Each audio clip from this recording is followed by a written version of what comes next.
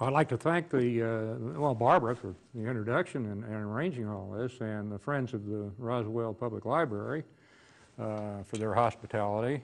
And thanks to C-SPAN for being here. The C-SPAN 2 BookTV is, if you haven't sampled it, you have really missed something every weekend. And just keep in mind that when this airs, millions of people will be watching you, so be careful where you scratch. The book is Eagles and Empire, the United States, Mexico, and the Struggle for a Continent. And I use that word struggle because I take a kind of an expanded view of what is a war. Usually, you think of the shooting war from 1846 to 1848, and most historians will say that's it. But these things don't come out of nowhere. The origins of that war go back before either country existed. And we still feel the effects today. There is still a struggle. It's not now with armies and guns, but there's still an inherent sense of struggle between these two should-be sister republics. I have done my level best to cover both sides equally, using original materials from both sides. This is also a departure. Mexican historians talk about the Mexican side, usually the Army, and United States historians talk about the U.S. side. Something both of them leave out, though, are major actors in this thing who had a major role to play in how the war got started and how it worked out in the end. And that's the people who really own the land these two nations were fighting over.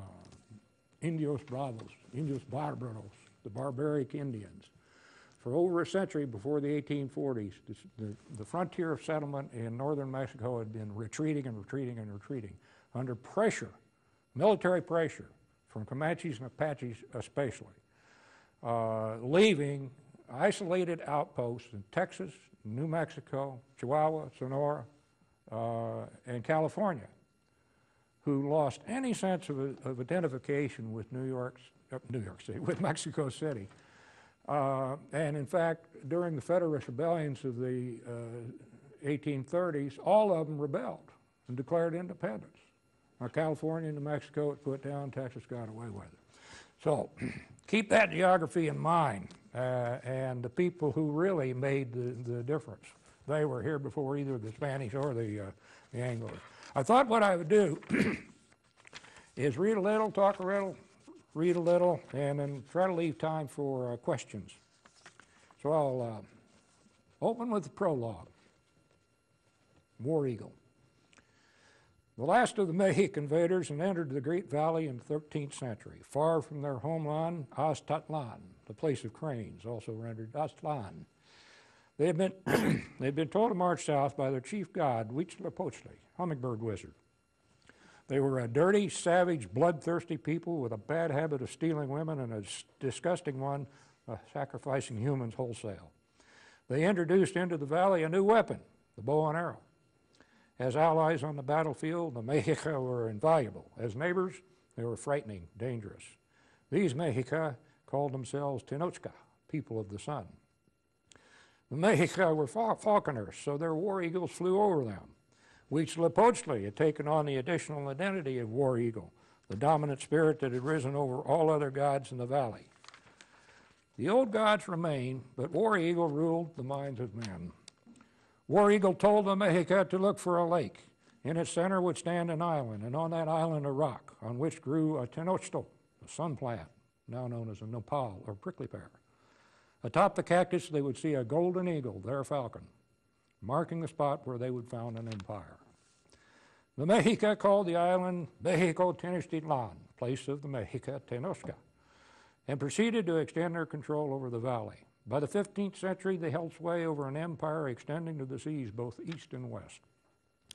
Early in the 16th century, the Mexica faced a new tribe of barbarians strangers who came over the sea, men with light skin, hairy faces, and peculiar clothing.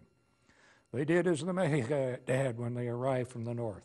They wielded new weapons, these spitting balls and fire, with which they invaded the Great Valley. These newcomers also imported terrible diseases which slaughtered people by the millions.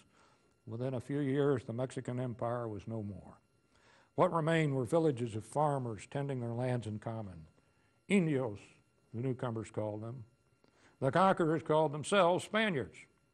The old Mexican Empire became Nueva España, New Spain, and the chief memory of the recent past was in the name for the Great Valley, El Valle de Mexico, the Valley of Mexico. In the center of it stood Ciudad Mexico, Mexico City, rising from the ruins of Mexico Tenochtitlan. The Spaniards extended their reach south into the jungles and north into the lands of desert wild men, Indios barbaros, barbaric Indians, to the Spaniards. The King of Spain had introduced a new kind of empire, one that tried to dominate the landscape rather than just civilized nations. He did this in competition with kings of France and Britain. The three great kings sent soldiers, priests, and settlers to see how much of America they could claim, asserting their power over Indios barbaros who recognized no such authority. So it went, until the British and French fought their great war for empire. The French king lost, and in 1763 his American territories were divided between Britain in the far north and Spain in the west, the latter a land called Louisiana. Then the British Americans rebelled against their king.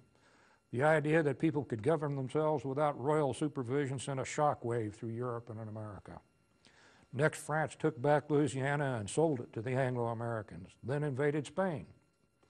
The French king of Spain decided to extend his power to America. The ruling classes of New Spain did not like that idea, so they took up arms. Out of their rebellion was born a new country, Mexico, which had a totem, a flag bearing a cactus surmounted by an eagle, which now held a snake in its beak. War Eagle had returned. Meanwhile, the Anglo-Americans crowded against the borders of Mexico. Their totem also was an eagle, the American bald eagle. Truly, it seemed they worshiped this bird god.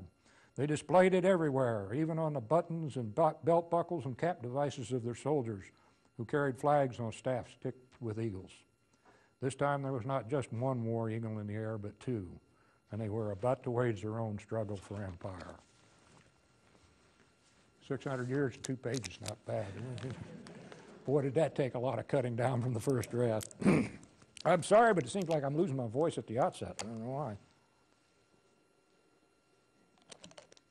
In 1848, after the shooting part was over, a Mexican historian said there were 2 causes of the war between the United States and his country.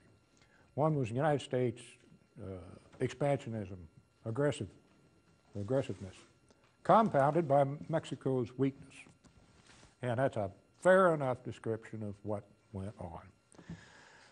The United States was colonized originally in the British period by nonconformists, and dropouts, and troublemakers, and the Crown was glad to get them out of the old country, but the Crown was a little lazy about governing, so they grew up learning how to govern themselves. They also grew up defiant of authority. In 1763, the year that Spain acquired Louisiana, the British king issued an order to his colonists, an ordinance that forbade them from crossing the Appalachian Mountains and invading Indian country from settlements. Well, they said, you take it, king. And Americans, including George Washington, ignored this. They were willing to fight the natives to get what they wanted in the way of new lands. Now, over the next century, the population of the United States just kept growing and growing from natural fertility and immigration and spread out. And the viceroys of New Spain saw this, and it scared the daylights out of them. And when Mexico became independent, they inherited this fear. By the 1820s and 30s, this tidal wave of Anglos was already washing into Texas and more than lapping at the shores of New Mexico and California.